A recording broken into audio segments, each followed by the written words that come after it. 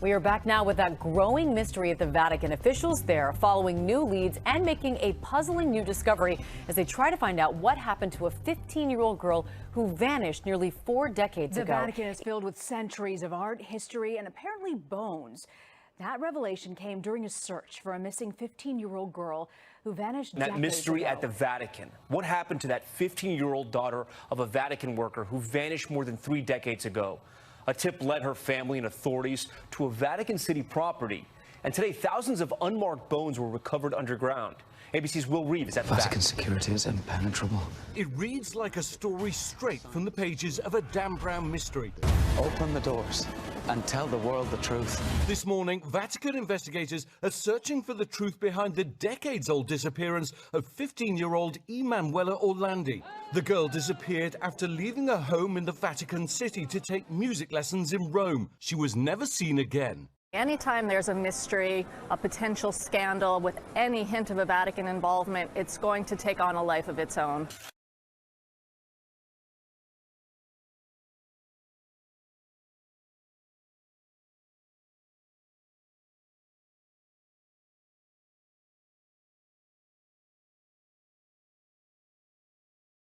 A forensics expert saying thousands of bones found, perhaps belonging to dozens of people, all underneath a Vatican college. Those experts now working to determine if the bones could also include those of Emanuela Orlandi, who disappeared in 1983 at just 15. Orlandi's family believes the Vatican has not revealed everything it knows. Just days ago, acting on a tip, investigators opened the tomb of 2 German princesses, but found nothing. It was completely empty. But in the process, Vatican officials found remains nearby, perhaps moved during construction years ago. The big question tonight, whose bones through a trap door and into so-called ossuaries, a sort of sacred storage deposit for bones. Thousands of bones and bone fragments, many more than expected, and some believed to be quite ancient, were discovered and collected. Earlier this year, Emanuela's family received an anonymous tip telling them to search where an angel is looking on. That led investigators to the tomb of the angel, meant to hold the remains of 2 19th century German princesses. Emanuela's brother watched as the tombs were pried open. But in a shocking twist, they were empty. No sign of his sister or the German princesses. 2 days later, the Vatican said it had discovered 2 more sets of bones near the tomb.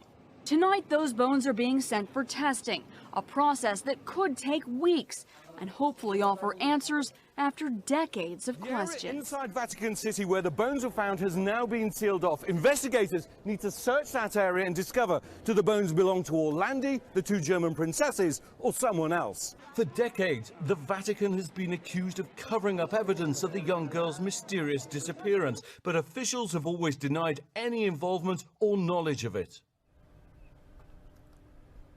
A spokesperson for the Vatican is saying they've always shown attention to the suffering of the family, and it was in that light that they agreed to the recent excavations. It was at the family's request. But this isn't the first time that tombs and burial sites have been unearthed in the search for Emanuela. And this morning, this remains a mystery unsolved. The Vatican has long insisted it had nothing to do with the disappearance of Emanuela Orlandi. But if these bones turn out to be her, it faces a difficult task in explaining how they got there in an area off limits to the public.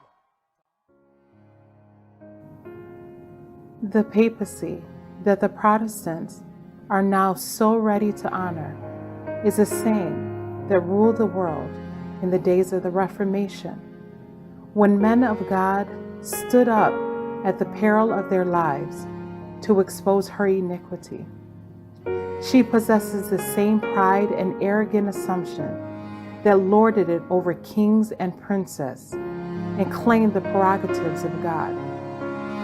Her spirit is no less cruel and despotic now than when she crushed out human liberty and slew the saints of the Most High. The papacy is just what prophecy declared that she would be, the apostate of the latter times, 2 Thessalonians 2, verse 3 and 4. It is a part of her policy to assume the character which best accomplish her purpose, but beneath the variable appearance of the chameleon, she conceals the invariable venom of the serpent. All that she has done in her persecution of those who reject her dogmas, she holds to be right. And would she not repeat the same acts should the opportunity be presented? Let the restraints now imposed by secular governments be removed and Rome be reinstated in her former power, and there would speedily be a revival of her tyranny and persecution. Excerpts taken from the book, The Great Controversy.